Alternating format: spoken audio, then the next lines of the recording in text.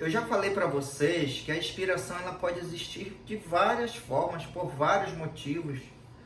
E um acontecimento, um louvor, uma música, uma frase de efeito, uma palavra do réu, um episódio. Eu fui fazer um júri em que o acusado ele era acusado de integrar milícias. Então ele tinha ali 4 acusações e a polícia, em vez de fazer só no processo, fez processos separados. Então era um júri que tinha uma operação para prender várias pessoas, incluindo o acusado, que teria participado de execuções. E eu tenho costume, ensino isso para vocês, de ler tudo, até o carimbo. Pelo menos no primeiro momento eu leio tudo, a anotação, sabe, a certidão, às vezes do investigador, que vai ali numa ordem de missão. E aí, em determinado momento, eu observei que apareciam depoimentos de pessoas que na polícia reconheceu o acusado. Segundo o procedimento, tudinho, eles reconheciam o acusado direitinho.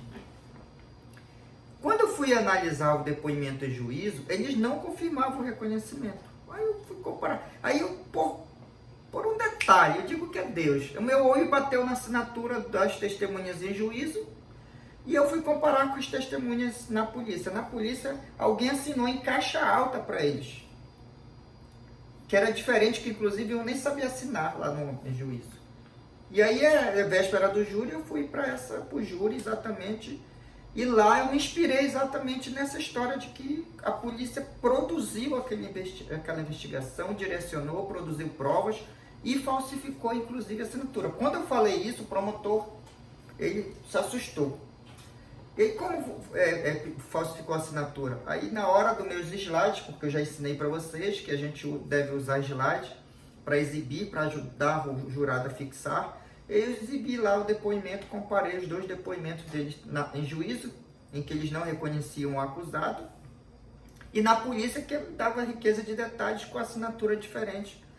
No plenário do júri nós fizemos isso, não tinha tempo de produzir perícia, e com aquele argumento nós conseguimos uma defesa muito boa, muito sólida, porque era negativa de autoria. Então a defesa negativa de autoria, você analisa fatos e provas, se os fatos existem ou se eles são só julgamentos e se existem as provas invocadas. Não havendo provas, você tem que sustentar a tese da insuficiência de provas, que na verdade é a negativa de participação ou de autoria ou de coautoria apoiada pelo brocardo indúbio pro réu. Então assim, numa defesa que aparentemente nós não tínhamos muitas chances, inclusive o delegado foi ser ouvido, o Ministério Público montou lá todo um aparato para acusar o réu, o delegado foi ouvido, o investigador foi ouvido.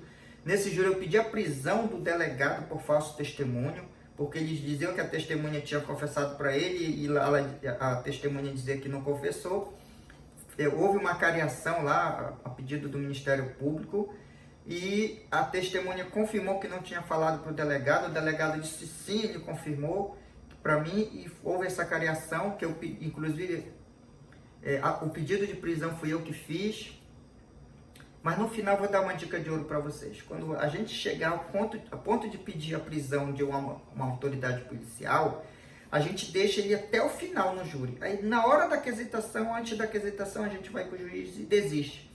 Excelência, mas só vai lá para o juiz e desiste, não precisa subir à tribuna. Só se o juiz disser, não, peça da tribuna.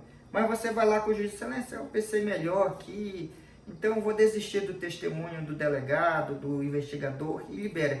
É só para dar uma pressão, e aí ele será dispensado, o jurado nem vai perceber que houve a dispensa, porque você foi ao juiz e falou diretamente, o juiz dispensa, e assim você não consolida uma animosidade com a autoridade policial. Às vezes a autoridade policial até releva depois, porque isso já aconteceu comigo, eu reencontrei esse delegado, e ele perguntou se eu reconhecia, eu disse que reconhecia, ele estava chateado, eu expliquei que era o meu trabalho, e depois ele entendeu, e hoje eu posso dizer até que ele é um colega, um cara que me trata super bem. Então eu dou aqui nesse vídeo uma dica de ouro. Se houver necessidade de pedir a prisão de uma autoridade policial, mas no final você vai lá e desiste da aquisitação do falso testemunho, e assim você evita maiores problemas no júri.